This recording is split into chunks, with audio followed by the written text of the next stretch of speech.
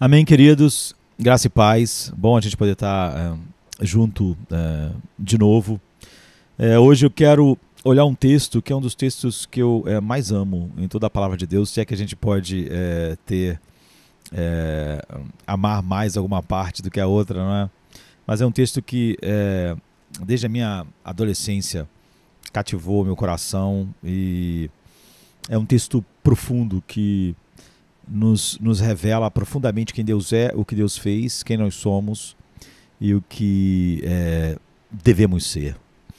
Nós podemos passar a vida inteira buscando coisas que nós não entendemos. E eu acho que hoje, em nossos dias, uma das coisas pouco entendidas é uma das coisas que as pessoas mais buscam, que é a bênção de Deus. E há um texto na Bíblia que, como eu disse, desde a adolescência, é um dos textos que eu mais amo, que fala exatamente a respeito disso. Não é?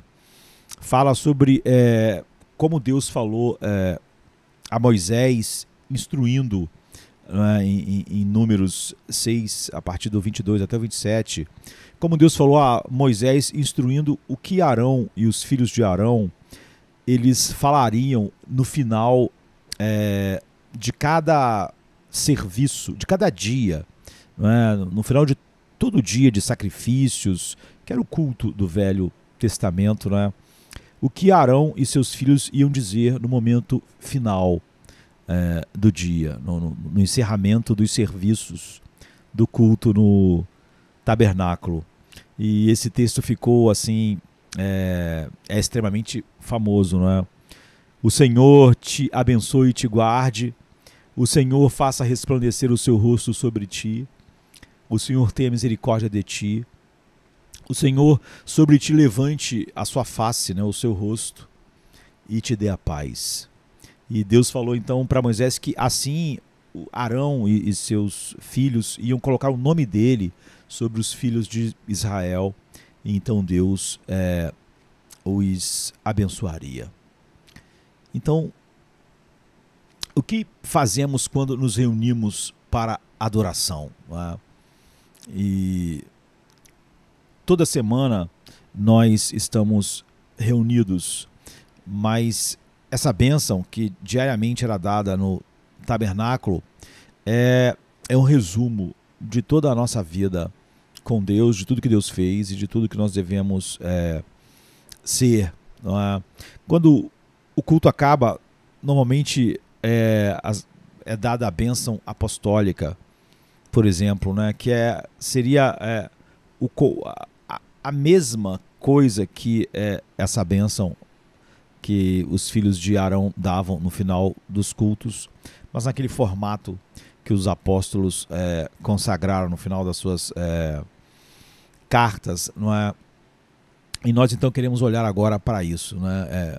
O que é a bênção? A gente ouve a bênção apostólica, essa mencionada era a bênção que Arão impetrava sobre os filhos de Israel. Mas o que é isso, né? O que é a bênção apostólica no final do culto? O que é essa bênção no final dos serviços do tabernáculo?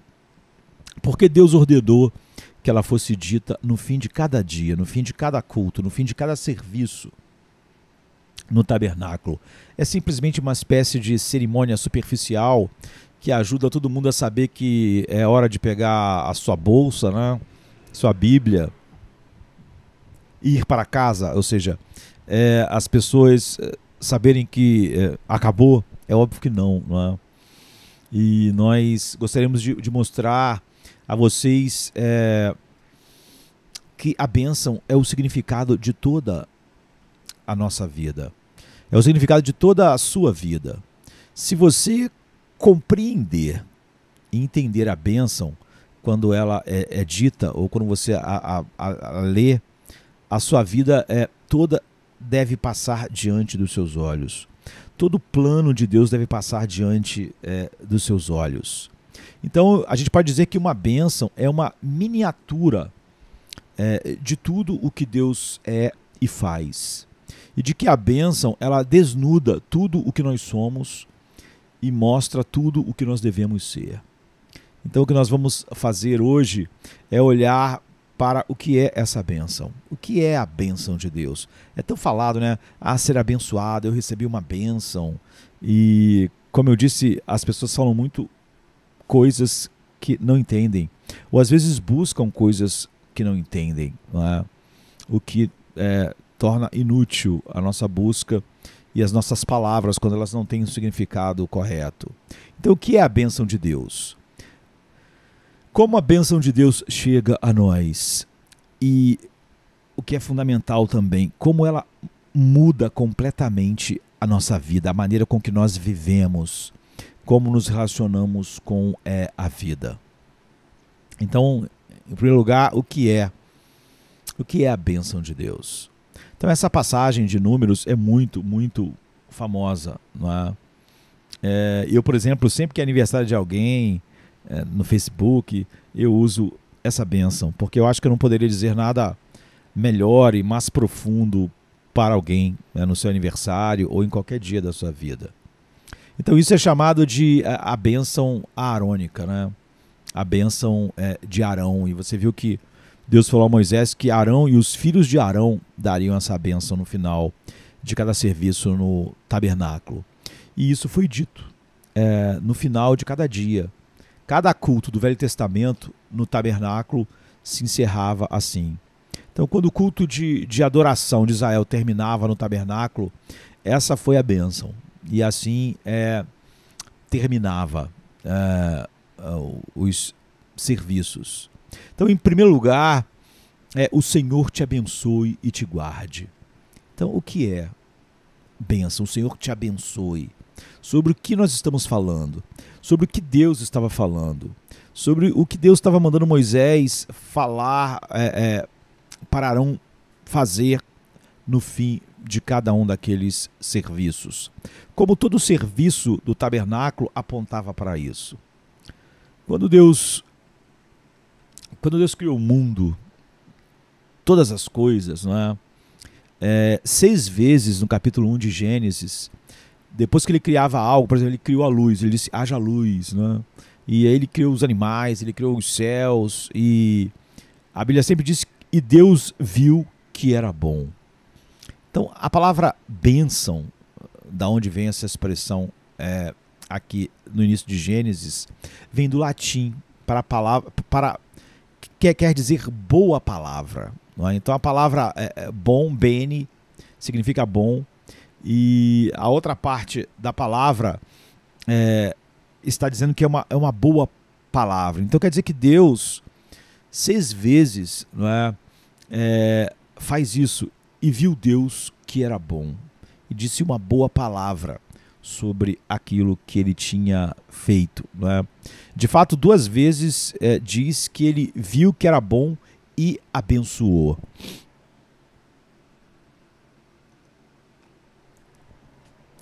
Quando Deus olhava para algo e via que era bom, ele estava abençoando. Ele estava dando a bênção quando olhou para algo e viu que aquilo era bom, muito bom. Então, o que Deus estava fazendo quando ele fez isso? O que Deus estava fazendo quando ele criava algo e então dizia que era muito bom? Muitas pessoas podem entender isso de uma maneira oposta ao que é quando olha para os homens, não é? Então, acham que Deus fez algo, recuou, olhou o que fez e depois que olhou aquilo pronto à luz, por exemplo, não é? Ele disse, sabe de uma coisa? Isso é bom, não é? Porque é assim que a gente faz. Qualquer coisa que a gente faça, a gente depois olha e diz, olha, ficou bom, hein? É bom. E como é assim que a gente faz, muitas pessoas pensam que é isso que Deus está fazendo aqui. Que Deus criou algo, aí Deus se afastou, olhou e disse, bom, ficou bom. Porque é o que a gente faz, não é? Mas você não faz isso se você é Deus. Você não faz isso se você é onisciente, se você é onipotente, se você todos os seus planos são perfeitos. Deus não precisa fazer algo, olhar depois que está pronto para ver se ficou bom ou não. Nós sim. A gente faz uma pintura, a gente faz qualquer coisa, arruma o ambiente, a gente olha e ficou bom. Ou então a gente diz, não ficou muito bom, né? A minha ideia não ficou muito boa depois que estava pronta. A minha pintura não ficou muito boa. A música que eu fiz não ficou boa. O trabalho que eu fiz não ficou bom. Mas quando você é Deus perfeito e onisciente e é o Deus totalmente sábio, você não precisa fazer algo para depois descobrir se o que você fez foi bom. Você sabe que é bom. Você sabe que é perfeito antes de fazer. Não é? Você faz sempre perfeitamente. Você é onipotente e onisciente. Então é óbvio que quando Deus disse que e viu Deus que era bom, não é que ele, depois que estava pronto, ele olhou e viu que aquilo era bom, como um ser humano tem que fazer. Então, o que significa isso para Deus? Quando ele fez algo e viu que era bom, é que ele estava se deleitando naquilo. Ele estava sentindo prazer naquilo que ele fez. Ele estava se deliciando com o que ele fez, a luz, enfim, cada coisa que ele ia criando. Então, antes de tudo, abençoar significa se deleitar com algo. Não é? Deus estava se deleitando, Deus estava abençoando cada coisa que ele criou. Mas isso não é tudo, não é? Isso é parte.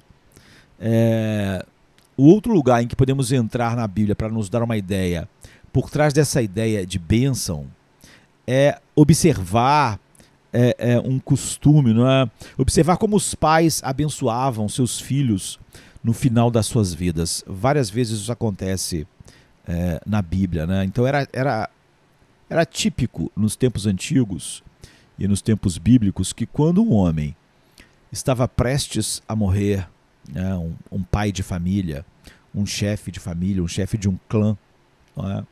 Ele reunia todos os seus filhos e ele os abençoava. Não é? A gente pode ver isso em vários lugares. Por exemplo, em Gênesis, quando Jacó estava próximo da morte, ele chamou seus 12 filhos, não é? E ele iria abençoar todos eles antes de morrer. E o que isso significa? Por um lado, quando um pai abençoava um filho, até há pouco tempo, hoje eu não sei como mas durante a minha infância e até a adolescência, minha vida adulta toda, porque isso se tornou um costume, os filhos tinham costume de à noite ou de manhã dizer: bênção, pai, bênção, mãe. E o pai e a mãe, meu pai e minha mãe diziam: Deus te abençoe, meu filho. Não é? Então, o que isso significa? Por um lado, quando o pai abençoava o filho, ele desejava o bem para o filho, não é? O que é bom.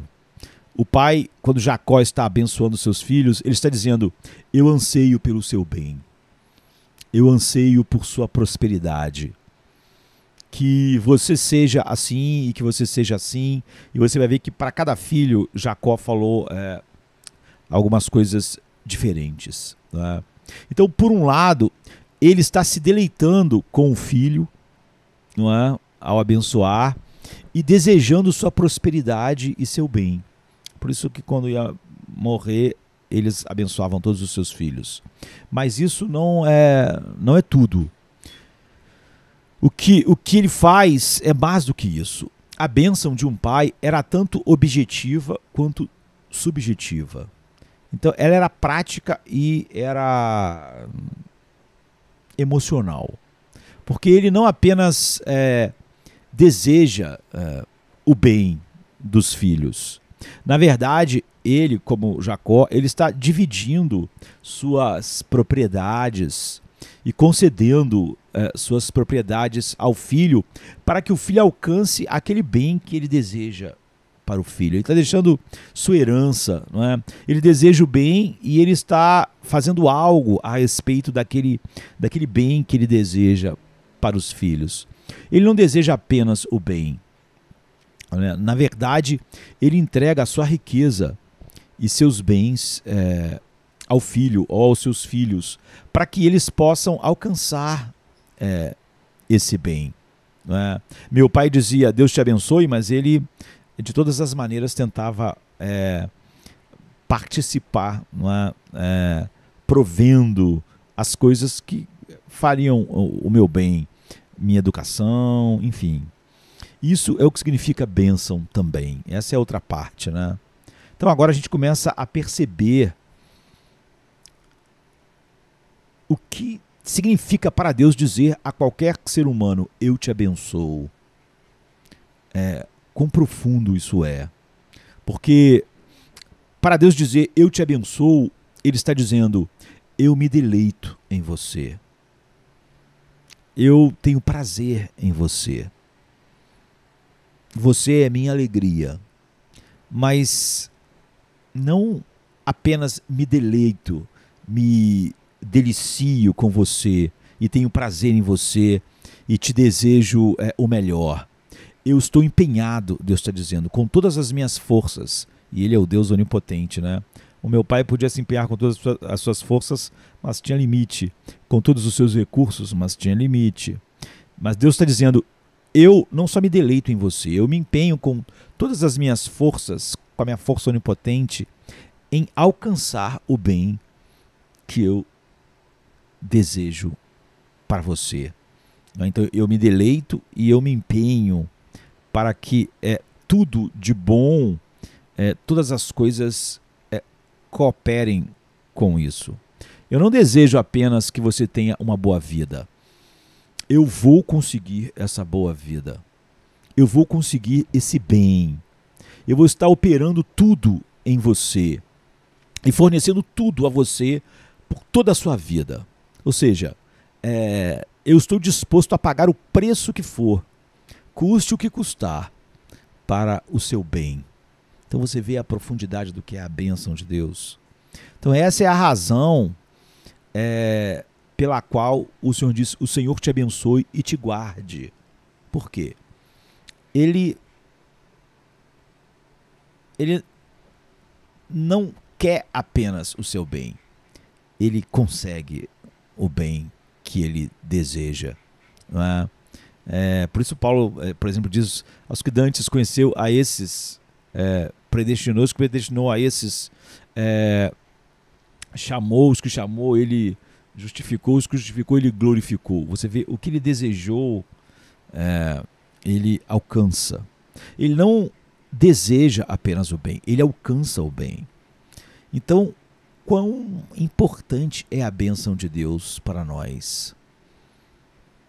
Talvez nosso melhor estudo de caso na Bíblia seja a história de Jacó, o melhor exemplo que nós temos, porque, como nós sabemos, Jacó e Esaú eram gêmeos, e eles nasceram de Isaac e Rebeca, não é? Agora, Esaú foi o primeiro a sair do ventre de sua mãe, né? Então, obviamente, o primeiro a sair é tecnicamente o irmão mais velho, apesar de eles serem gêmeos e nascerem no mesmo momento. Um saiu alguns segundos antes do outro, enfim, mas ele era o irmão mais velho. Então, embora, é óbvio, eles tinham a mesma idade, né? Já que nasceram praticamente no mesmo momento, Esaú era o mais velho, então ele era o filho primogênito, né? Ele foi o primeiro a sair do ventre da sua mãe. E porque ele foi o primeiro a nascer, nos tempos antigos, a lei da primogenitura era que o filho mais velho recebia a macrobênção, a maior bênção. Isso era uma maneira, por exemplo, de manter as famílias, porque era uma época brutal, né? E se você, cada vez que um chefe de família, de um clã, como Jacó,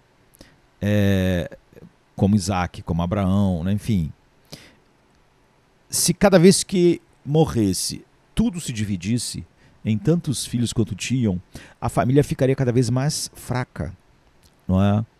Mas se todos fossem mantidos juntos, então a família ficaria mais forte para a proteção, para a prosperidade, plantar, colher.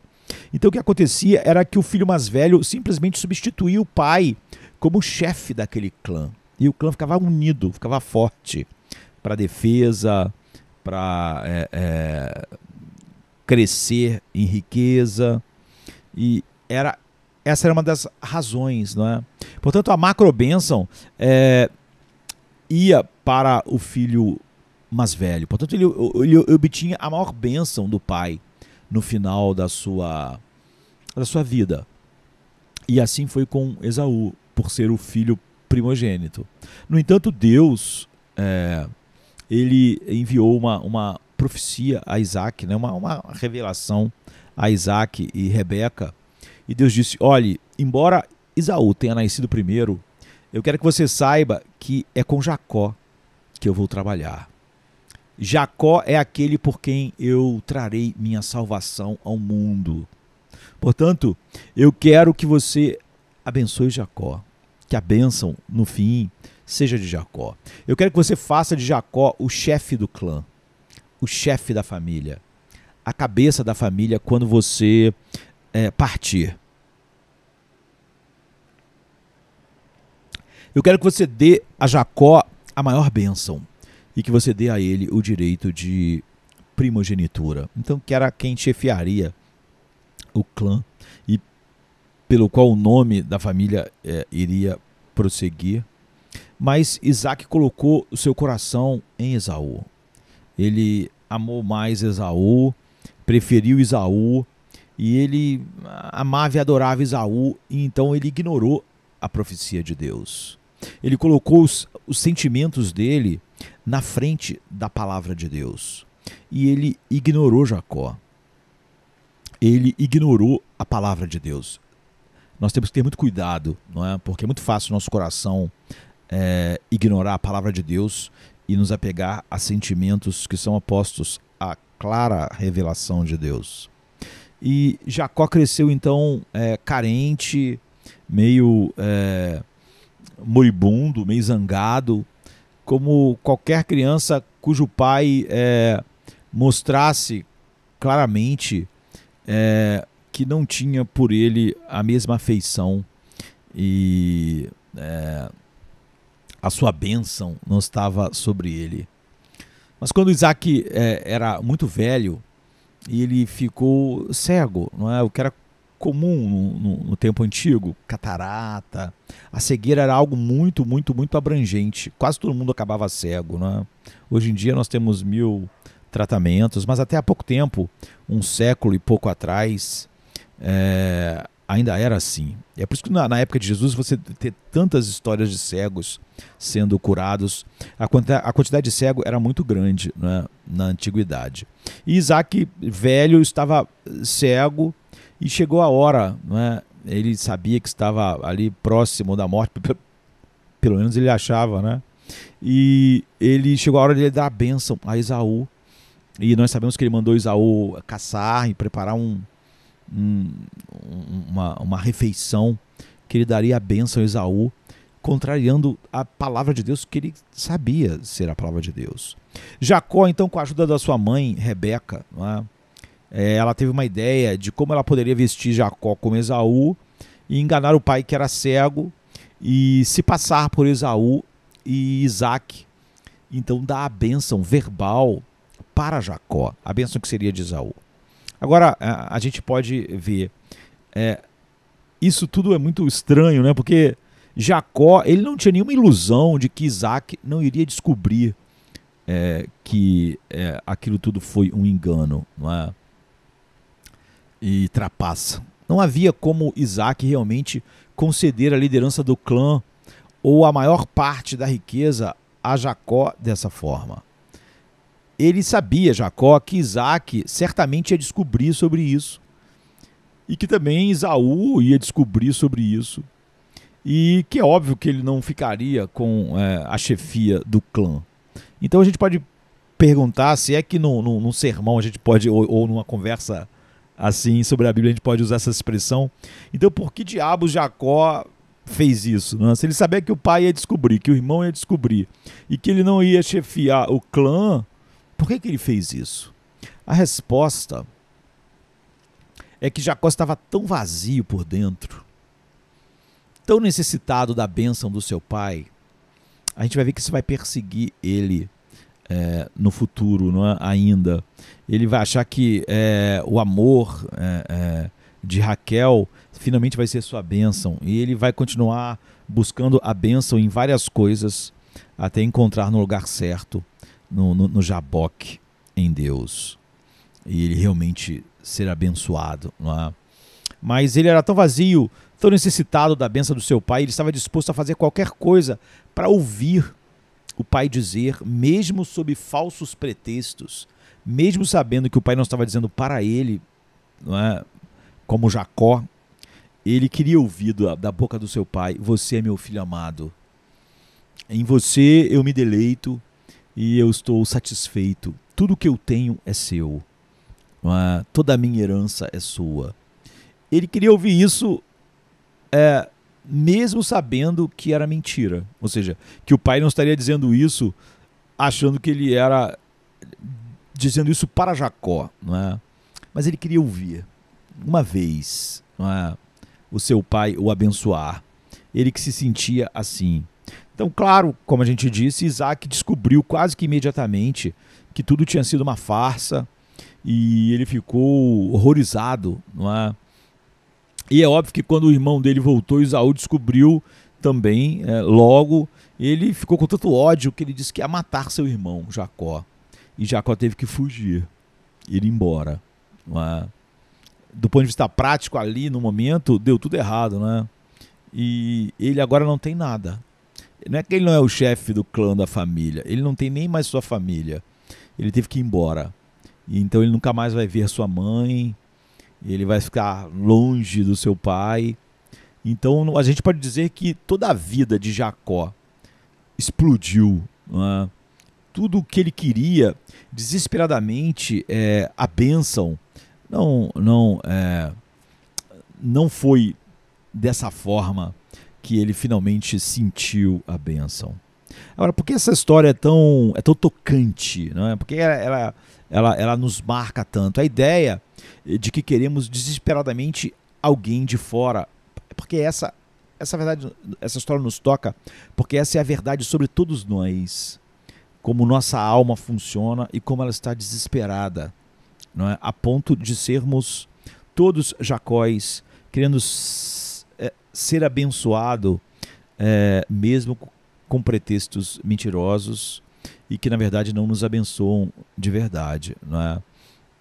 A ideia é de que queremos desesperadamente alguém de fora, que não seja nós mesmos, né?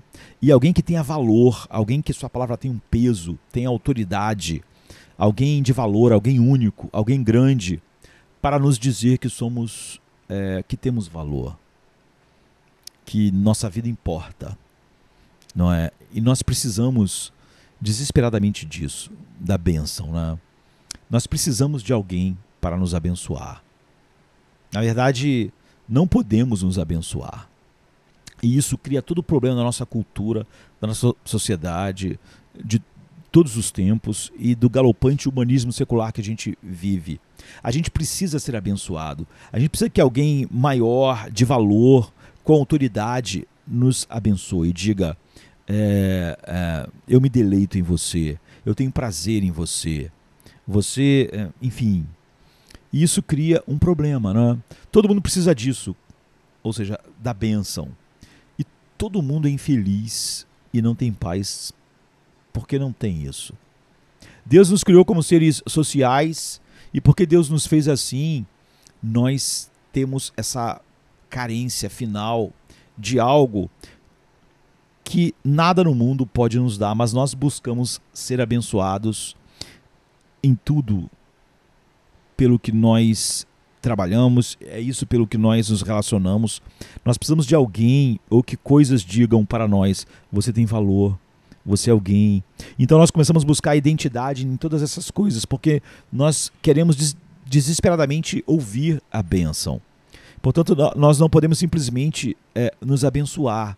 Não é? Não funciona, apesar de ser esse o argumento da nossa cultura desesperada hoje, não funciona. Você pode dizer, eu não me importo com o que os outros pensam. Não é? A nossa cultura, ainda mais do que todas as outras, diz isso. Você não deve tirar sua autoimagem do que os outros pensam. Dessa forma, se você tirasse sua autoimagem do que os outros pensam, você estaria sob o controle deles, porque você teria que fazer coisas para eles poderem dizer essas palavras, para eles abençoarem, para eles te darem a sua autoimagem. E tudo que você deve importar então para você, a nossa cultura diz, é o que você pensa de você mesmo. Mas isso não funciona.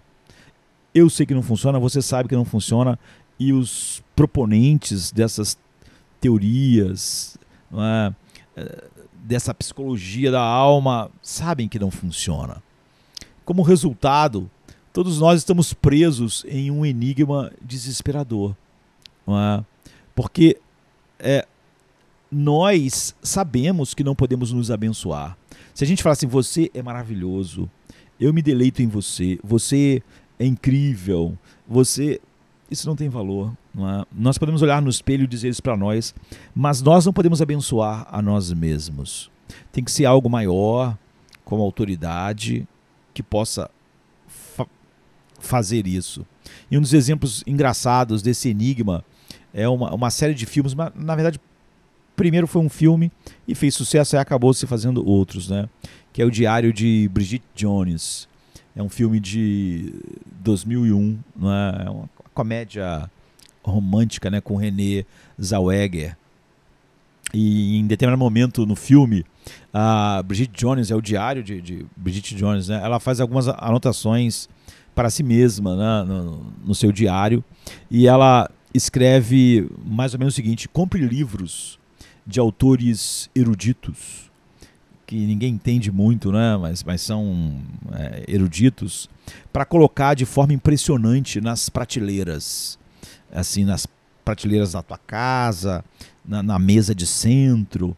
Isso é comum, né? Mesmo no meio evangélico, as pessoas gostam de tirar retrato com seus livros. Às vezes a pessoa diz que tem 1000 livros, para parecer que ela leu tudo aquilo, que, né? É a mesma coisa que a ideia do filme. Então a Bridget Jones, ela anota no diário dizendo: compre livros de autores eruditos que ninguém entende, né, ilegíveis, para você colocar de forma impressionante nas prateleiras, para as pessoas acharem você o quê? Inteligente, capaz, e falarem a respeito disso, ou seja, você ser abençoado, né? E ela depois escreve: e desenvolva um equilíbrio interior e autoridade e um senso de si mesmo como uma mulher completa, sem namorado. Uma mulher completa que não precisa de namorado para se sentir completa, não é? Ela anota isso lá no seu diário. O tempo todo ela está com esse diário, né? E essa é a melhor maneira de conseguir, ela coloca embaixo, um namorado. E isso é engraçado, né? Porque qual é o ponto, assim? Ela está dizendo: olha, passe a imagem de que você não precisa de um namorado para se sentir bem, porque essa é a melhor maneira de você arrumar um namorado. Passe a ideia de que você não precisa de um amor para se sentir completo, porque essa é a melhor maneira de conseguir um amor. Ou seja, você não pode agir como se precisasse de um namorado, porque se você se mostrar carente, porque se você precisar de um namorado, você não vai ter um namorado, um bom namorado, né? Então você tem que fingir, você tem que agir como se você não precisasse de um namorado, porque essa é a melhor maneira de conseguir um namorado. Então você vê o enigma, né? E a terceira coisa é a mais importante. Ela diz: seja segura, seja receptiva e independente. Uma mulher com substância, né? Hoje em dia, a expressão não está muito na moda ainda, empoderada, né? É o que falariam hoje. Sabendo que seu senso de identidade não vem do que as outras pessoas pensam de você, mas ela fica pensando de o teu senso de importância vem de você mesma. E ela faz uma outra anotação, espere, isso não parece estar certo. E é verdade, né? O que ela está dizendo é que você dizer a si mesmo, eu não importo com o que os outros pensam, eu defino o que eu sou. E ela está dizendo ali que isso é uma besteira, não é? Você foi criado de um jeito e você é um ser social. Você não pode ter certeza do seu próprio valor a menos que alguém de valor fora de você diga primeiro: você é uma pessoa de grande valor. E em segundo lugar, eu estarei lá por você. Eu estou comprometido com você. Ou seja, se você é músico e você falar, eu sou um grande músico, eu sou um músico maravilhoso, isso você está tentando se abençoar, não é? Eu não preciso que ninguém fale, eu mesmo sei reconhecer o meu valor. Isso não tem nenhum valor. Você precisaria de alguém que conheça música, seja uma autoridade e possa dizer, você é um grande músico. Isso tem um peso. Se for alguém ignorante a respeito de música, né, isso também não tem nenhum peso. Se for sua mãe, por exemplo, que tudo que você faz ela diz que é bom só porque você é o filho dela, não é? Você não vai se sentir, você no fundo vai saber, é a mamãe querendo me agradar, não é? Mas se um grande músico falar, você é um excelente músico, isso te abençoa, porque é alguém de fora, alguém com autoridade, que está dizendo, você é ótimo. Não é? É igual você falar assim, eu sou muito inteligente. Você pode tentar dizer isso, essa coisa da autoajuda, não funciona, né? Todo mundo continua deprimido, né? Porque você não pode se abençoar. Não é? Você mesmo declarar essas coisas sobre você não tem peso. Mas se alguém que é muito inteligente, que é uma autoridade, de falar, você é uma pessoa muito inteligente, isso tem um peso. Então você tem que ter alguém de fora vindo e dizendo isso para você. Não é? Você mesmo pode dizer, você é a pessoa mais amável do mundo, mas se alguém vem e diz, isso tem um peso. Então, alguém que tenha peso, que entenda daquilo que está dizendo. Por exemplo, entenda muito de música e diga que você é um grande músico. Mas se é assim que nós somos, então você precisa desesperadamente que as pessoas digam isso para você. E como você quer que as pessoas digam isso para você, o que acontece na humanidade é que você os explora. Você tenta agradá-los para que eles digam o que você precisa ouvir. Ou, como é frequentemente o caso, você também é explorado por eles. E as pessoas vão tentar fazer e achar você ótimo se você falar para eles o que elas querem ouvir. Então essa é a razão pela qual, por um lado, você está tentando o máximo que pode, as pessoas modernas, a nossa cultura, se abençoar. Não é? O que você não pode fazer. Não é? Nisso está toda a autoajuda, a psicologia geral. Não é? Você é ótimo, você é uma pessoa incrível. Você dizer essas coisas para você mesmas. Né? Você tentar se abençoar, isso não tem nenhum valor. E é por isso que não funciona. Né? Portanto, você sabe que se não se abençoar de alguma forma, ninguém mais vai te abençoar. É o que as pessoas estão dizendo. Então você começa a ter que tentar criar sua própria autoimagem, dizer que você é maravilhoso, porque você quer que alguém diga que você é maravilhoso. Como a Bridget Jones diz, você tem que passar a imagem de que você não precisa de um namorado para ser feliz, porque essa é a melhor maneira de arrumar um namorado. Então você age como se você fosse abençoado por dentro, quando na verdade não é. Mas você tem que agir como se fosse abençoado para você conseguir a aprovação e a bênção de outras pessoas.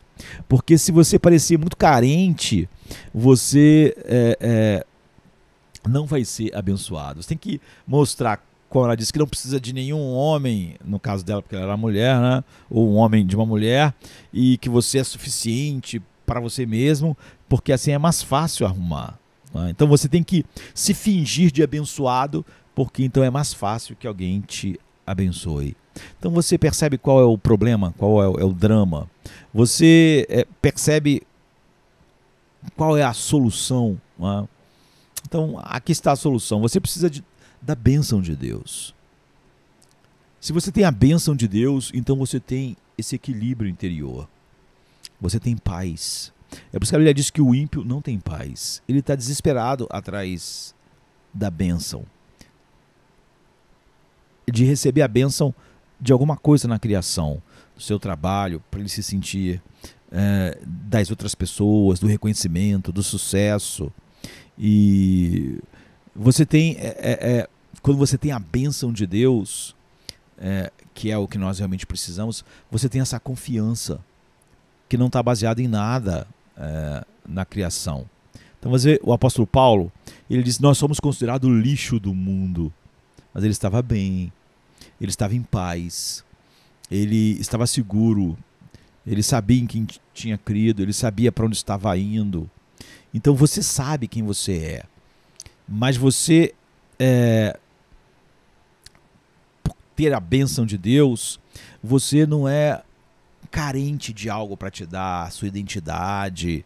Então você não está correndo por aí tentando agradar e tentando fazer as pessoas, usar as pessoas para dizer isso para você.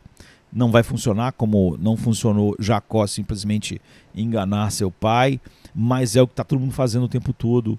Então, é óbvio que você, tendo a bênção de Deus, é maravilhoso ainda ter a bênção, ter o amor da sua esposa, dos seus filhos, dos amigos, ter um trabalho em que você desenvolva bem, mas o que você recebe das outras pessoas, do mundo e do seu trabalho é apenas molho.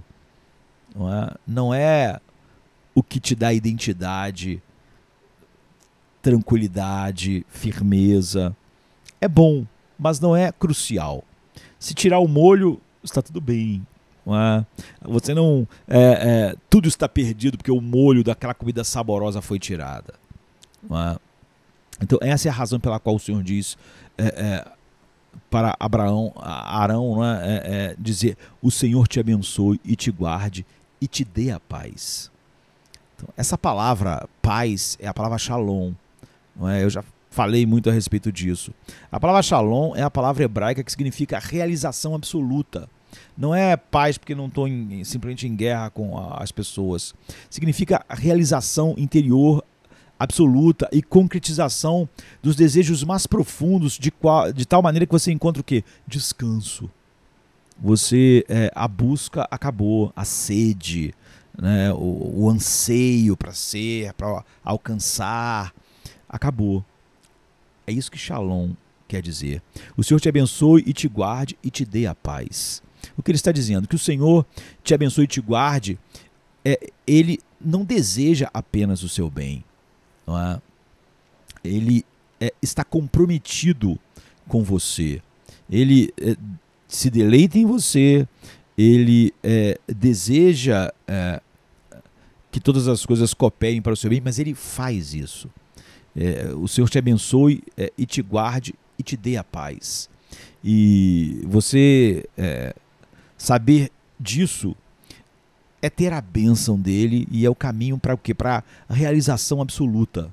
Por isso que você vê em Paulo talvez o homem mais feliz que esse mundo já viu, apesar de todas as circunstâncias contrárias. Então, caso contrário, caso você não tenha de fato a bênção de Deus, você vai explorar as outras pessoas ou vai ser explorado por elas querendo se sentir abençoado. Então eu bajulo, minto para você e você para mim, e usamos de subterfúgios como Jacó. E ele sabia que ele estava só manipulando as coisas para ter a bênção do seu pai. Então, essa é a bênção de Deus. E é incrível, não é? Então, como essa bênção chega a nós? Aqui está como ela chega a nós. A gente olha para o restante da bênção. O Senhor te abençoe e te guarde, o Senhor faça resplandecer o seu rosto sobre ti e tenha misericórdia de ti. E o que significa essa parte? A face de Deus é a sua presença relacional. Deus não tem face, braço. Deus é um Deus invisível, ele não tem corpo, não é? A Bíblia está sempre falando sobre o braço de Deus, a mão de Deus, os olhos de Deus, mas sempre o braço quer falar sobre o seu poder. Todas essas descrições que são humanas é só para a gente entender algo do que Deus é. Então, quando fala sobre a face de Deus, Deus não tem uma face, né? O que significa? É a sua presença relacional. Então, você sabe a diferença entre a face de Deus e apenas a presença de Deus em geral. Deus é onipresente, Ele está em todos os lugares. E todas as pessoas estão continuamente diante de Deus, mas não tem a sua presença relacional. Então, a gente pode, por exemplo, estar numa churrascaria, num restaurante, e estar numa mesa com várias pessoas, 10 pessoas, 15 pessoas. E todo mundo está lá junto, na churrascaria, comendo, não é? No restaurante. E há, então, um sentido em que você está presente para todos eles. Eles estão na tua presença e você está na presença deles. Você pode vê-los e você pode realmente falar com qualquer um deles se você quiser. Então, de certa forma, você está presente para todos eles. Mas, em determinado momento, o seu rosto está voltado para uma daquelas pessoas e você está falando com ela. E apenas para essa pessoa com que você está conversando. Ela tem a sua presença relacional, não é? Então, quando a Bíblia fala sobre a face de Deus, o rosto de Deus, na verdade, não está dizendo, por exemplo, que Deus, a face de Deus está em toda parte. A presença de Deus está em toda parte, mas a face de Deus não está. Você pode. Então, aqui você vê, ele terá misericórdia que vai fazer resplandecer o seu rosto sobre ti. Então, a presença de Deus está em todos os lugares como Deus onipresente. Nele todo mundo existe, respira, se move, não é? Então Deus está presente com todos, mas não tem um relacionamento pessoal com todos. A grande maioria não tem a sua presença relacional, não é? Isso é o que significa a face de Deus. Para que a face de Deus se volte para você e brilhe, que é a ideia de um sorriso, da face manifestando alegria, deleite, não é? Que é a ideia, brilhe o seu rosto sobre ti. É a ideia de alegria, de prazer, vindo de Deus. Isso é a face de Deus. Não é? Nós sabemos que as expressões do rosto demonstram essa relação. Você não sabe se alguém está triste, feliz, cheio de prazer ou não, olhando para o cotovelo de alguém, né? O cotovelo não mostra essas coisas. Ou olhando para o joelho de alguém. O joelho não mostra se uma pessoa está feliz, triste, cansada, enojada. Ele não pode fazer isso, o cotovelo, o joelho, mas o rosto sim, não é? Porque o rosto é a presença relacional da pessoa. Você sabe se ela está zangada, se está triste, se está irada, se está debochada. O rosto revela essas coisas. Agora, você ter a face de Deus brilhando, satisfeita, feliz, se deleitando, essa é a bênção. Agora, isso é maravilhoso, mas isso também é um problema gigante, um problema enorme. Eu quero que você imagine por um minuto o que Moisés pensou quando Deus disse para ele que Arão ia terminar cada trabalho, cada serviço, cada culto no tabernáculo, falando para todo Israel, né, onde Israel adorava, e os sumos sacerdotes deviam dizer: o Senhor te abençoe e te guarde, o Senhor faça resplandecer o seu rosto sobre ti e te dê a paz. Então você sabe por que ele ficaria surpreso com isso? Por que ele acharia isso algo que não dava para entender? Por exemplo, quando Moisés estava no Monte Sinai, em certo momento ele se voltou para Deus e disse: deixe-me ver a ti, mostre-me a tua face, deixe-me ver a tua glória. Então, na verdade, era um pedido de quê? De intimidade. Não é? E o que Deus disse: ninguém pode olhar a minha face e viver. Ninguém pode ter a minha face de deleite, prazer. Ninguém pode ter a minha presença relacional e viver. Agora, por que não? Porque embora Deus esteja presente em todos os lugares, nós perdemos a face de Deus. Esse é um dos pontos principais da Bíblia. Nós fomos destituídos da sua glória, do brilho da sua face. Deus não tem prazer nenhum no pecador. Então, o primeiro ponto principal da Bíblia é que nós tínhamos a face de Deus no jardim do Éden. Então, o homem tinha o quê? Ele tinha paz, ele tinha completude. Mas quando nós nos afastamos de Deus e decidimos ser nossos próprios senhores, salvadores, nossos próprios mestres, os capitães das nossas próprias almas, nós perdemos a face de Deus, a presença de Deus. Ele está em toda parte, mas a face de Deus, o relacionamento de amor, o relacionamento pessoal, o deleite de Deus em nós, ou seja, sua bênção, nós não temos. Então nós nunca mais temos paz. A Bíblia diz o ímpio, não há paz para o ímpio.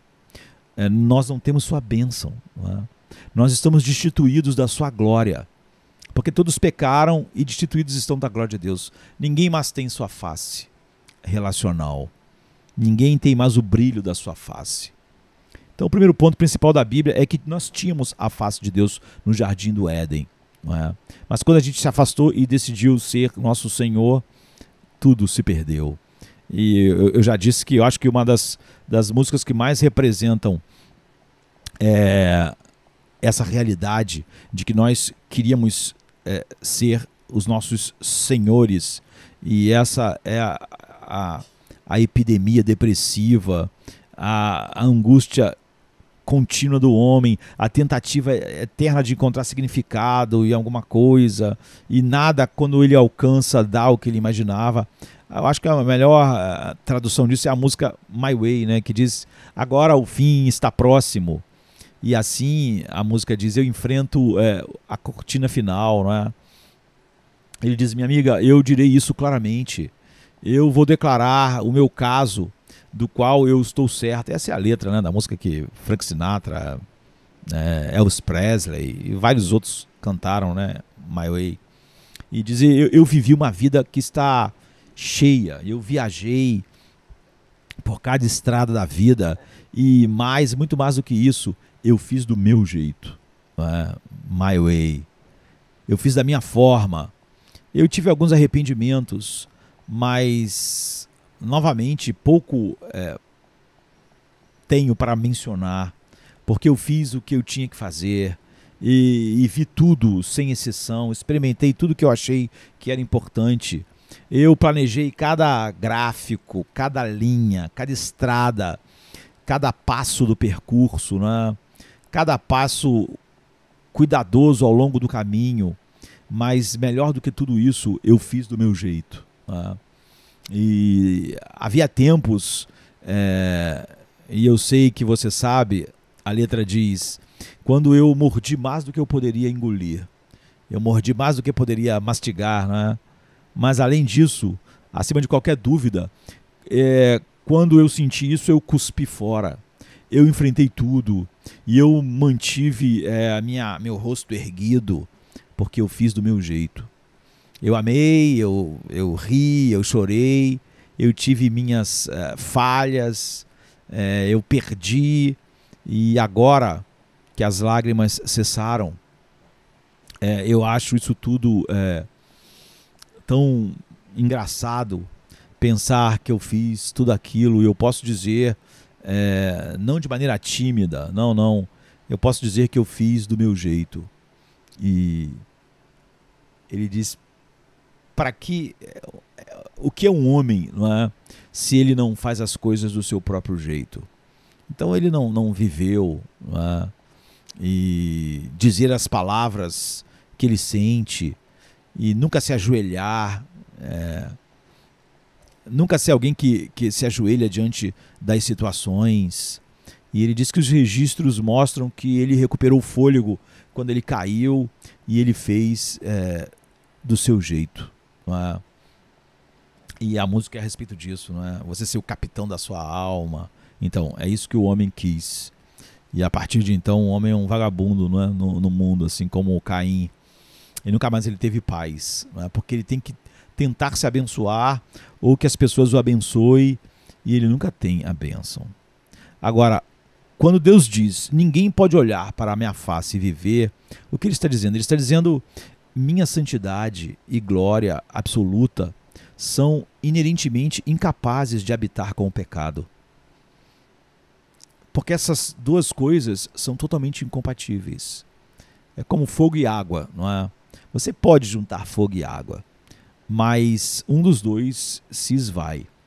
Ou, se você tem muito fogo, ele vai evaporar a água, ou se você tem muita água, ele vai apagar o fogo, mas eles não vão ficar juntos. Eles são inerentemente incompatíveis. Então, quando Deus diz, você não pode olhar para a minha face e viver, ele não está apenas dizendo, eu estou irado, de mau humor, e eu... Ele está irado, né? Mas ele não está apenas dizendo isso. Ele está dizendo, não há absolutamente nenhuma maneira do pecado habitar com a santidade, ou a santidade absoluta habitar com o pecado. E minha face é o portão relacional para o meu caráter santo e glorioso. E nós somos totalmente opostos. Eu sou luz e você é trevas. E me contemplar te destruiria, né? Então, quando Moisés ouve Deus dizendo, é possível que meu povo tenha o meu rosto de volta e eu brilhe minha face sobre eles, dê a eles a bênção e tenha um relacionamento pessoal comigo e eles tenham paz. Moisés deve ter sentado olhando essa bênção e pensado, como isso é possível, né? Eu mesmo, quando quis ver mais de Deus, mais intimamente, ele disse, nenhum homem pode olhar para a minha face e viver. Como que ele te dê o brilho da sua face e te dê a paz? Então, há uma dica, né? E é uma grande dica na própria bênção. O Senhor te abençoe e te guarde, o Senhor faça resplandecer o seu rosto sobre ti e tenha misericórdia de ti. Quando Moisés ouviu isso, ele então deve ter dito, sim, isso mesmo, se a face de Deus brilhar sobre nós, a única maneira disso acontecer vai ser um ato de graça radical. Tem que ser um ato de graça radical, já que nós somos pecadores. De alguma forma, Deus vai ter que fazer algo, porque nós mesmos não podemos fazer nada a respeito do nosso pecado. E o que seria? Então aqui está, não é? Aqui está a única dica que Moisés tinha naqueles dias. Nós sabemos, né? Mas ele só tinha dicas. A bênção vinha sempre no final do serviço no tabernáculo. Nunca quando começava os serviços de manhã, mas no final do dia. Porque durante todo o serviço do tabernáculo, o dia inteiro, você tinha as ofertas, os sacrifícios, a expiação, os animais sendo mortos, o sangue sendo derramado pelo pecado. E porque você tinha isso, havia alguma indicação, embora ninguém realmente soubesse o que indicava, ou seja, ninguém entendia a cruz, mas eles tinham uma indicação de que Deus um dia teria que fazer alguma coisa, que de alguma forma Deus iria lidar com o nosso pecado, para que nós pudéssemos ter esse relacionamento com Ele de volta, ter a sua face. Mas o que seria? Moisés não sabia exatamente, não é? Mas nós sabemos, não é? Porque, por exemplo, Hebreus 10 diz, dia após dia, todo sacerdote está de pé, de novo, e de novo, e de novo, e de novo. Ele oferece os mesmos sacrifícios que nunca podem tirar os pecados. Mas quando esse sacerdote, Jesus Cristo, ofereceu para sempre um único sacrifício pelos pecados, né, ele mesmo, ele sentou-se à destra de Deus, porque o serviço acabou, não é? Ele fez um único sacrifício pelo pecado. Ou seja, um sacerdote ofereceu um sacrifício final, ofereceu a si mesmo como sacrifício, Jesus Cristo. Então a gente pode ler em João 1,14, Jesus habitou entre nós, o verbo virou gente e habitou entre nós e vimos a sua glória. Ou então podemos olhar para Paulo dizendo em 2 Coríntios 4,6, porque Deus fez resplandecer a sua luz em nossos corações para iluminar, não é? Para nos iluminar no conhecimento da sua glória na face de Jesus Cristo. Então, como isso é possível? Não foram apenas alguns sacrifícios de animais, foi o sacrifício de Jesus. e como isso realmente nos trouxe a uma posição em que podemos ter a face de Deus brilhando sobre nós e, portanto, a bênção e, portanto, a paz. A resposta está curiosamente embutida na história que a gente estava usando, né, como a melhor história para mostrar isso. Quando Jacó e Rebeca estavam maquinando, né, tramando enganar Isaac, antes que eles realmente o fizessem, Jacó ficou com medo. E ele expressou medo para sua mãe. E Jacó disse para Rebeca assim: mãe, eu estou com medo. Eu tenho medo do que a gente vai fazer enganando o papai, não é? Não apenas de eu perder a bênção, mas que meu pai me amaldiçoe. E, além de não me abençoar, ele joga uma maldição sobre mim. E se ele me amaldiçoar? E a Rebeca, né, que estava planejando aquilo tudo, em sua imprudência, ela diz que a maldição caia sobre mim. Se ele te amaldiçoar, que a maldição caia sobre mim. Um pregador famoso, né, séculos atrás, disse que esse lugar em Gênesis 27 há uma inversão aqui, né, na inversão mais impressionante de todas. Jesus graciosamente nos diz o mesmo que Rebeca disse de maneira precipitada e errada, mas Jesus diz com propriedade e de maneira certa: para que você receba a bênção, que a maldição caia sobre mim. Então pense nessa afirmação. As palavras que Rebeca disse de maneira descuidada, sem pensar que poderiam se tornar realidade, Jesus diz, embora conhecesse toda a profundidade do que ele estava dizendo, que a maldição infinita caísse sobre ele, para que nós tivéssemos a bênção. Então, a maldição que Jacó merecia por sua trapaça, a maldição por sua trapaça de querer ser abençoado por qualquer coisa, não é? Por manipulação, como nós fazemos e estamos sempre insatisfeitos, sem paz, buscando ser abençoado por coisas criadas, que nunca podem realmente trazer a paz e o descanso, porque não podem nos abençoar de fato, né? Então, a maldição que você e eu ganhamos para nós mesmos todos os dias por nossa pecaminosidade múltipla foi colocada sobre Cristo para que a bênção que só Ele tem por direito, caísse sobre nós, pudesse ser dada a nós. Jesus vestiu a mortalha da morte, da maldição que merecíamos, para que nós pudéssemos ser legalmente vestidos com as vestes de nosso verdadeiro irmão mais velho, as vestes imaculadas da justiça de Cristo. Só Jesus merece a face do Pai. Só Jesus merece a bênção. Então, eu disse certa vez pregando sobre maldição, que se você quiser saber o que é maldição, é só você pegar a bênção de Arão e fazer ela o oposto. Você vai saber exatamente o que é a maldição que está sobre o mundo. A Bíblia diz que Deus vai dizer a quem está à sua esquerda: malditos para o fogo eterno. Na verdade, na Bíblia, só Deus pode abençoar e amaldiçoar. Nunca tenha medo da maldição vinda de qualquer outro lugar. Nem Satanás, nem o mundo pode te amaldiçoar, como também não pode nenhum mundo, nem ninguém te abençoar. Então, por exemplo, a bênção é: o Senhor te abençoe e te guarde, o Senhor faça resplandecer o seu rosto sobre ti e tenha misericórdia de ti. O Senhor sobre ti levante o seu rosto e te dê a paz.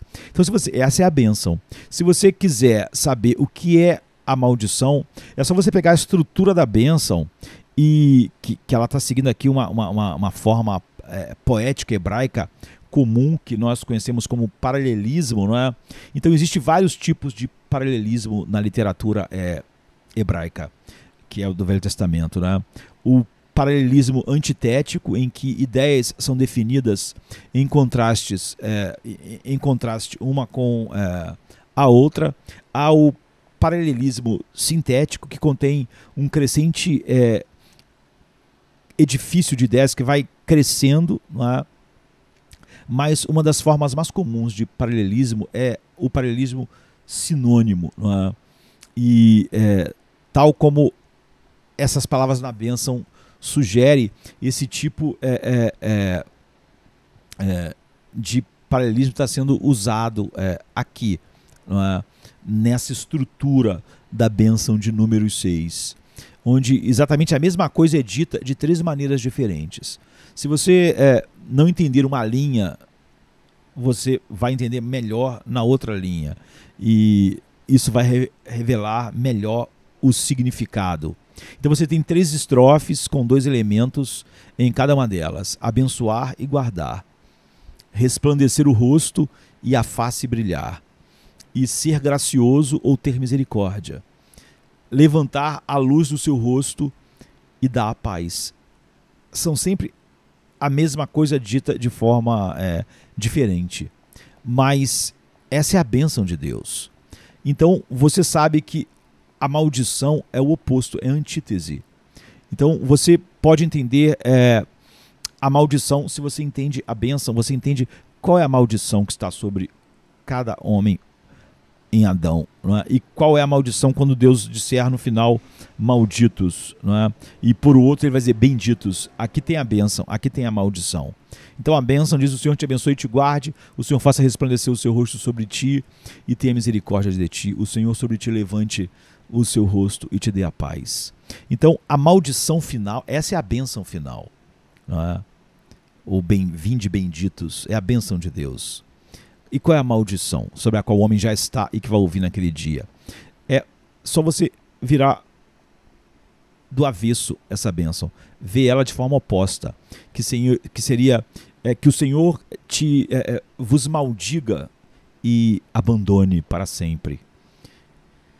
Que o Senhor possa mantê-lo na escuridão e não na luz, né? E dar-lhe apenas julgamento sem graça e misericórdia.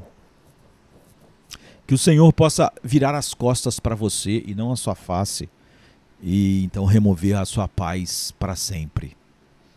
Então, como eu disse, nessa bênção está o núcleo do Evangelho. Você vê o que é a bênção, o que é a maldição e o que o Evangelho fez. No núcleo do Evangelho, no centro do Evangelho, existem vários animais envolvidos no ritual realizado no dia da expiação. Então, antes do sumo sacerdote entrar no Santo dos Santos no dia da expiação, que é o que aponta para o que Jesus fez na cruz, e isso acontecia apenas uma vez, um dia a cada ano, ele devia fazer um sacrifício de sangue e passar por um processo elaborado de purificação, e depois havia 2 animais envolvidos, um animal que era morto e outro que sobrevivia. E esses 2 animais são necessários para explicar o que Jesus fez na cruz. O animal que era morto e o sangue era derramado, o sumo sacerdote pegava esse sangue e ele entrava no Santo dos Santos e ele aspergia o sangue sobre o propiciatório, que é a tampa da arca, para trazer o quê? Propiciação, para aplacar a ira de Deus e assim trazer reconciliação. Dentro da arca estava a lei, né, as 2 tábuas da lei. Em cima da arca, então, tinha essa tampa chamada propiciatório, onde estavam os querubins, né, da glória, e ele ia aspergir o sangue sobre a tampa, onde ficava a Shekinah de Deus. Esse era o sangue da propiciação. A propiciação é o sacrifício que aplaca a ira. No entanto, esse drama não fala tudo o que Cristo fez, não é? Então, havia um outro animal, não é? E o dia da expiação, para mostrar exatamente o que Jesus fez na cruz, era necessário esses 2 animais. Então, em primeiro lugar, nós sabemos que sem derramamento de sangue não há perdão de pecados. A ira de Deus está sobre o pecador, não é? Até enquanto o pecado está sobre ele. E como o pecador, o pecado não é uma coisa que existe fora do pecador. Então Deus está sempre irado contra o pecador. A ideia de que Deus pode separar o homem do seu pecado é uma tolice, não é? Porque o pecado é o que o homem faz. Então não há separação. Essa coisa de separar, Deus odeia o pecado, mas o pecador não, ele manda para o inferno o homem e não os pecados do homem, não é? Porque o pecado é o que o homem faz, você não pode separar os dois. Então nós aprendemos, por exemplo, no autor de Hebreus, que o sangue de touros e de bodes não pode tirar o pecado. Quando Arão matava o animal, entrava lá, colocava, isso era só simbólico. Mas no drama do sacrifício de sangue, que era aspergido sobre o propiciatório, um ato de propiciação era simbolizado, e alguns autores no século XX tiraram essa palavra propiciação e só usam a palavra expiação para as duas coisas, o que é errado e o que faz as pessoas não entenderem o que a Bíblia ensina a respeito disso, não é? Propiciação e expiação estão no centro do Evangelho e não é a mesma coisa. Propiciação é algo feito para Deus. Deus está irado, é algo para lidar com a ira de Deus. Então ele entrava com o sangue, deixa eu ver o horário aqui, ele entrava com o sangue, aspergia no propiciatório para fazer a propiciação, ou seja, aplacar a ira de Deus, não é? E a expiação é outra coisa, e as duas coisas precisam ser entendidas, não é?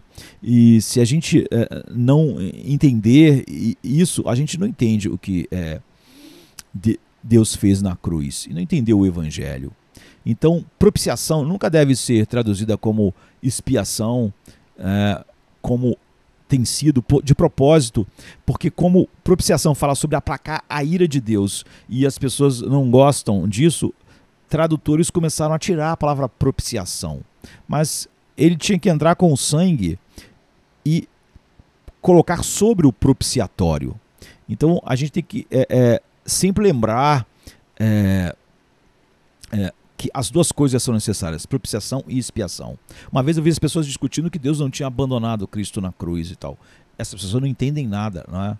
Elas estavam falando de propiciação, mas não entendem o que é expiação. A segunda coisa que acontecia é que outro animal estava envolvido para apontar para a morte de Cristo. E esse outro animal não ia morrer. Ele era o bode expiatório. Aí era da expiação. Você vê que o primeiro era a propiciação. Matava o animal, pegava o sangue, entrava no Santo dos Santos e colocava sobre o propiciatório para aplacar a ira de Deus. O sacrifício de Cristo fez algo em Deus sobre nós, tirou a ira de Deus de sobre nós que estamos em Cristo. Mas só isso não era suficiente, não é? Outra coisa precisava ser feita. Então, do outro animal, que era o bode expiatório, Arão ia colocar a mão na cabeça dele e ia confessar os pecados do povo. A Bíblia diz assim: e porais ambas as mãos sobre a cabeça do bode vivo, que não ia morrer, e sobre ele confessará todas as iniquidades dos filhos de Israel, todas as suas transgressões, todos os seus pecados, e porá sobre a cabeça do bode. E vai pegar esse bode e vai enviar ele para o deserto, pela mão de um homem designado. E assim aquele bode vai levar sobre si as iniquidades dele para a terra solitária e vai ser abandonado para sempre. E deixará o bode no deserto, para ficar lá abandonado para sempre no deserto. Levíticos 16, a partir do 21. Então, no meio do campo, equidistante de cada assentamento, de cada tribo, estava o tabernáculo, exatamente no centro onde as tribos ficavam. O que indica que Deus estava no meio do seu povo, no arraial de Israel, né? Então, para ser conduzido para fora do acampamento, igual esse bode estava sendo conduzido, era ser tirado de fora da comunidade da aliança. Põe para mim, cola. E era para ser conduzido para longe. Não é? E é isso que aconteceu. Isso é o que Cristo fez na expiação. Quando na cruz, não só a justiça de Deus estava satisfeita na propiciação, mas a obra expiatória precisava ser feita. Não é? Ele tinha que pegar nossos pecados e ser abandonado, como o bode expiatório era abandonado no deserto. E ele fez isso por ser amaldiçoado em nosso lugar. A Bíblia diz: Cristo nos resgatou da maldição da lei, fazendo-se maldição por nós, porque está escrito: maldito todo aquele que for pendurado no madeiro. Gálatas 3,13. Ele, que é a encarnação da glória de Deus, se tornou a própria encarnação da maldição divina. Então o que aconteceu? Quando o nosso pecado foi colocado sobre ele, ele fez a expiação. Toda a bem-aventurança foi removida do seu filho, a quem ele amava. E em seu lugar foi a medida completa da medida da maldição de Deus que estava sobre nós. Então pense, só Jesus merece a bênção do Pai, a face do Pai, a alegria do Pai. O Senhor te abençoe e te guarde, o Senhor faça resplandecer o seu rosto sobre ti e tenha misericórdia de ti. O Senhor sobre ti levante o seu rosto e te dê a paz. E a maldição, como a gente disse, é o oposto. Que o Senhor te amaldiçoe e abandone. Que o Senhor possa mantê-lo na escuridão para sempre e não à luz do seu rosto. e o seu juízo sem graça, sem misericórdia. Que o Senhor possa virar as costas para você e remover a sua paz para sempre. Essa é a maldição. Ou seja, a Bíblia diz que ao meio-dia a luz apagou, a luz do sol, né? Isso era um símbolo de como a face de Deus, a luz da face de Deus foi tirada de Cristo. Era como se o sol não pudesse brilhar, né? O sol estivesse testemunhando. E Jesus disse: Eli, Eli, lama sabachthani. Isso é expiação. Ele é o bode expiatório que foi abandonado, amaldiçoado e levado para o deserto, para sempre ficar debaixo da maldição de Deus e sem a presença da face de Deus. E é por isso que Jesus gritou: meu Deus, por que me abandonaste? Mateus 27, 46. Ou seja, o Senhor realmente a expressão que é o oposto da bênção, né? A maldição estava sobre ele, não é? Então, que o Senhor te amaldiçoe e te abandone, que o Senhor possa te manter na escuridão e te dar apenas juízo, sem nenhuma graça e misericórdia, o oposto da bênção. Que o Senhor possa virar as costas para você e remover para sempre a tua paz. Então, Jesus experimentou isso. Ele era também o bode expiatório, abandonado por Deus, recebendo a maldição final. Ele não só se sentiu desamparado, ele foi desamparado. Ele não está se sentindo assim, ele diz: por que me desamparastes? Por que me abandonaste? Então, ele estava sendo levado para o deserto para fazer a expiação, o que o bode expiatório fazia, e o sangue derramado para aquilo que a propiciação fazia. Então, por volta, a Bíblia diz, das 3 horas da tarde, Jesus bradou em alta voz: Eloi, Eloi, lama sabachthani, Deus meu, por que me desamparaste? Então, para Jesus, ele se tornou maldição em nosso lugar. Ele teve que ser completamente abandonado pelo Pai. Isso é que é a expiação, não é? Para que a gente não seja abandonado, para que a gente tenha a bênção. Foi necessário a propiciação e a expiação. Para que eu ouça: o Senhor te abençoe e te guarde, o Senhor faça resplandecer o teu rosto sobre ti e tenha misericórdia de ti, o Senhor sobre ti levante o seu rosto e te dê a paz. Ele teve que receber a maldição. Que o Senhor te amaldiçoe e te abandone, que o Senhor possa mantê-lo na escuridão para sempre e dar-lhe apenas juízo sem graça ou misericórdia, que o Senhor possa virar as costas para você para sempre e você nunca ter paz. Então a bênção vem quando alguém diz: você é meu filho amado, em você eu estou satisfeito, tudo que eu tenho é seu, como a gente viu, meu filho amado em quem eu tenho prazer, esse é meu filho amado em quem eu me comprazo. É a bênção. Agora, você vê como isso pode ser feito, porque Jesus Cristo levou a maldição que nós merecemos, tanto como o bode, como o cordeiro da propiciação, quanto o bode expiatório. Então a maldição que nós merecemos, ele recebeu, e nós então podemos receber essa bênção. Ela pode ser verdade. Em João 17, antes de ir para a cruz, ele ora ao Pai, né? Pai, dê a eles, que somos nós, né, a glória que eu tinha contigo antes da fundação do mundo. Ou seja, a glória é a presença relacional, o brilho da face, é a bênção de Deus. O que significa? O Evangelho é que tudo o que nós merecemos caiu sobre Jesus, toda a maldição. Então tudo o que só ele merece cai sobre nós. E o que ele merece? Governar e reinar, o prazer infinito do Pai, o deleite do Pai, o amor infinito do Pai. Nós vamos sentar com ele, a Bíblia diz, em seu trono. Nós não podemos entender tudo o que significa ser herdeiro de todas as coisas e reinar com Cristo. Há tantas coisas envolvidas nisso que nós conheceremos só na eternidade. Nós não sabemos o que significa tudo isso, de tão grande que é. Então, nós podemos dizer que nós não sabemos completamente o que isso significa de maneira final, mas significa que Deus pode olhar para você, se você está em Cristo, vestido com a sua justiça, e você foi levado eficazmente pelo Espírito Santo a Cristo, e Ele é o seu tesouro final, ou seja, como todos os eleitos são levados, e então o Pai pode olhar para você, literalmente dizer: você é meu filho amado em Cristo, né? Você absolutamente me encanta, você é meu deleite, tudo que eu tenho é seu, você é meu filho em quem eu me comprazo, em ti está todo o meu prazer, ou seja, a bênção. Isso é o que você sempre quis, não é? Nós nascemos para isso, nós fomos destituídos da glória de Deus. E você vê que em Jesus nós recebemos mais profundamente ainda a bênção do que Adão tinha. A bênção é o que nós queremos desesperadamente, é o que está dirigindo todas as nossas vidas, é o que as pessoas estão tentando a encontrar isso no trabalho, nos relacionamentos, em ter filhos. Como eu disse, todas essas coisas são um molho, mas elas não podem nos abençoar.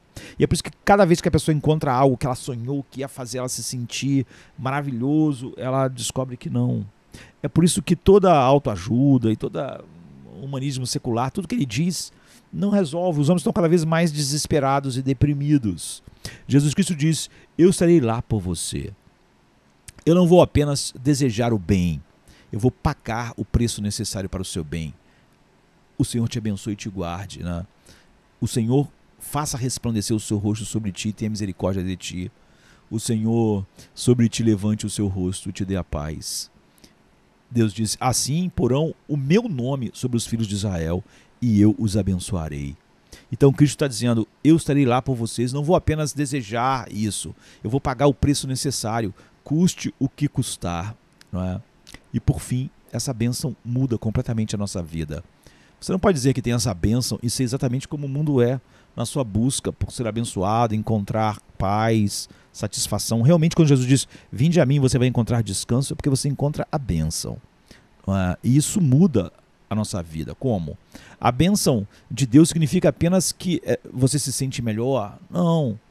Você fica um pouco mais acomodado com a vida e tem um pouco mais de bom sentimento interior. Não, porque é dito no final da bênção que Deus nos nomeia, não é? O versículo 27 diz: e porão o meu nome sobre os israelitas e eu os abençoarei. Você já viu muitos batismos, se você é cristão, né? E sempre que um cristão é batizado, você é batizado em nome do Pai, do Filho e do Espírito Santo.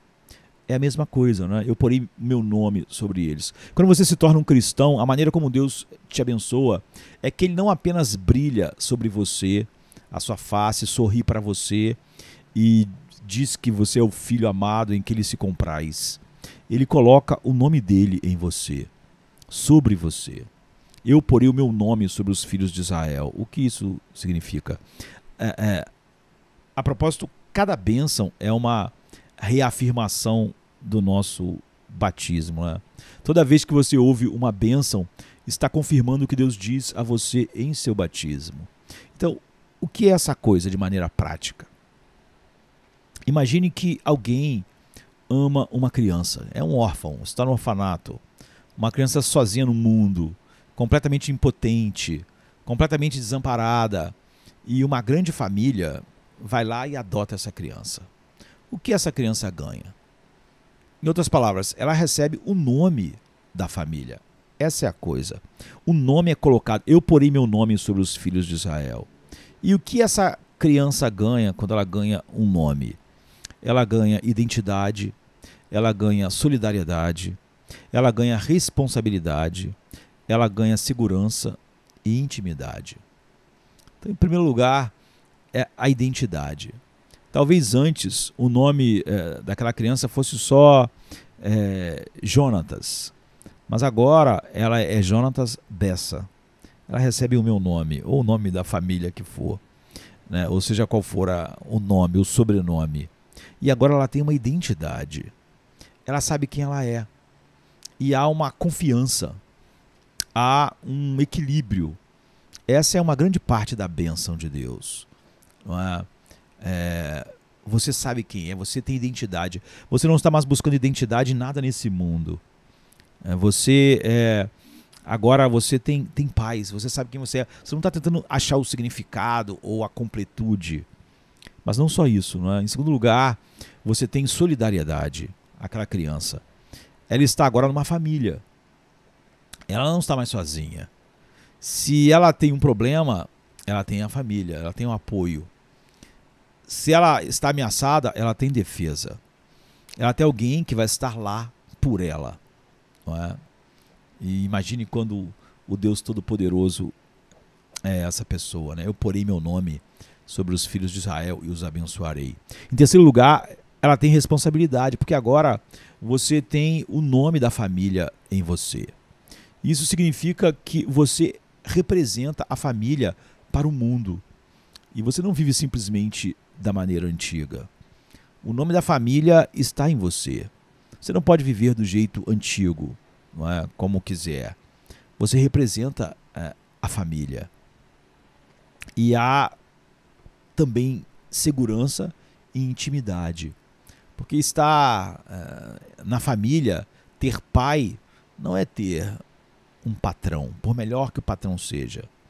Quando você é um filho, ou você falha, não é? Você é um filho ou uma filha e você não falha, você não é demitido como filho e filha. Não é? Você consegue algo às vezes pior. Não é? Você é amado, o que é muito mais difícil do que ser demitido, quando você sabe que não merece. Não é? Ser amado quando você não está vivendo como deveria dói, mas muda você. É assim que Deus nos muda. Ele nos ama em Cristo, nós recebemos todas as coisas gratuitamente em Cristo e agora nós não queremos desonrá-lo. Você vê, não é por causa da lei, nós não vamos mais para o Sinai, mas por causa do seu amor, porque Ele é nosso Pai. Nós não pecamos mais contra um juiz, mas contra o amor do nosso Pai. E você então se sente absolutamente seguro, mesmo quando falha. Quando um filho ou uma filha começa a agir de modo não adequado, você não demite o filho. Você realmente começa a amá-lo melhor e fazer tudo o que é necessário. Às vezes é disciplina, mas você o ama intensamente. Talvez coloque até mais atenção sobre ele do que sobre os filhos que não estão gerando problema. Todas essas coisas fazem parte da bênção. Ela nos molda, nos dá identidade, muda a maneira como você vive por causa do nome de Deus e do amor que você sabe que está sobre ele. E você sabe que você, quando peca, não peca contra um juiz irado, mas contra um pai cheio de amor por você. E esse amor te constrange. E você pensa, um morreu por todos, logo todos morreram, para que aqueles que vivem não vivam mais para si mesmos, mas para aquele que os amou e se entregou por eles. Isso muda seu relacionamento com os outros por causa da solidariedade. Isso muda toda a sua atitude em relação à vida e a si mesmo por causa da mudança de identidade. Não é? Isso muda seu relacionamento com Deus. Porque você tem uma identidade em Deus e tem esse relacionamento correto com Ele, você não precisa manipular as pessoas para receber algo. Você já tem o que você já tem identidade, paz. Você não está mais numa luta por posição para conseguir se sentir alguma coisa. E esse relacionamento com Deus agora é tudo, não é? Ele dá segurança, intimidade. E o que a gente faz com isso? Não é? Isso começa a envolver toda a nossa vida. Muda como nós nos relacionamos com todas as coisas criadas, com todas as pessoas. Nós não precisamos cair na mentira de tentar nos abençoar. Sabemos que o mundo todo é infeliz por tentar isso. Nós temos realmente a face de Deus. Tudo sobre Deus você vê. Tudo sobre o núcleo do Evangelho. Tudo sobre o que nós éramos. Tudo sobre o que nós somos. Tudo sobre nossa relação com a vida muda completamente quando de fato nós temos a bênção. E como eu disse no início, muitas pessoas, e muitas das vezes nós falamos, buscamos coisas na igreja mesmo, que nós não entendemos. E às vezes quando falamos que uma pessoa é abençoada, não entendemos o que é. E hoje em dia é tão comum ver pessoas ditas cristãs, não é, mas que elas estão na mesma busca do mundo, no mesmo desespero. Tudo isso é o oposto da bênção. Tudo isso é o oposto do Evangelho. Tudo isso é o oposto do que o Evangelho dá. Então, a bênção, ela nos explica tudo. Entender o que é a bênção, o que foi feito para nós termos a bênção, muda toda a nossa relação com Deus. Então muda toda a nossa relação com todas as coisas. E realmente nos dá a paz. Não é? Que é essa completude final no coração. Então esse texto, ele diz muito mais do que simplesmente o lirismo e a poesia dele. Ele explica todas as coisas para nós. O Senhor te abençoe e te guarde, o Senhor faça resplandecer o seu rosto sobre ti e tenha misericórdia de ti, o Senhor sobre ti levante o seu rosto e te dê a paz. É sobre isso que o Evangelho é. É isso que o Evangelho faz a um custo infinito para Deus, não é? Para Cristo, tendo que ser o cordeiro da propiciação e o bode expiatório, não é? E ele fez essas duas coisas. E se estamos nele, ele realmente teve a maldição, não é? Que o Senhor, que é o oposto da bênção, que o Senhor vos amaldiçoe e abandone, que o Senhor possa mantê-lo na escuridão e dar-lhe apenas juízo, sem graça e misericórdia. Que o Senhor possa virar as costas para você para sempre e você nunca ter paz. Essa é a maldição. Jesus experimentou isso e todo homem fora de Cristo vai experimentar isso para sempre.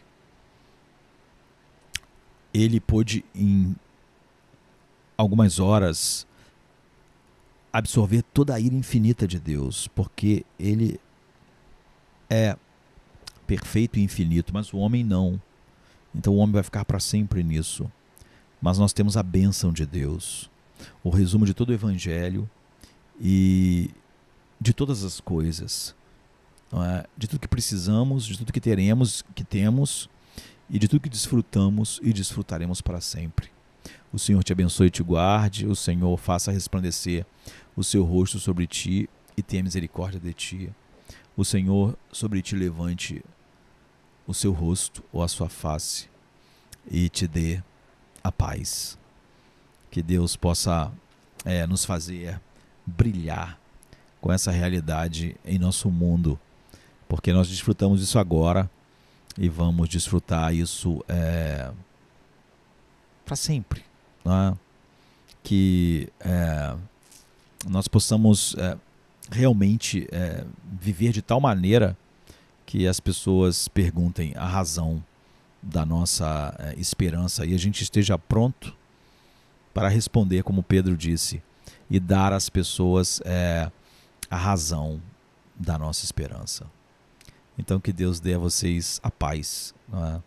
E que nós possamos viver de tal maneira que o mundo inteiro veja o que nós temos, Cristo, não é? A paz sem fim, naquele que é o príncipe da paz. Amém, queridos? Que Deus possa nos abençoar, nos dar um final de semana cheio de graça, exaltando e cultuando a Ele, né, juntos, em nome de Jesus. Amém. Amém.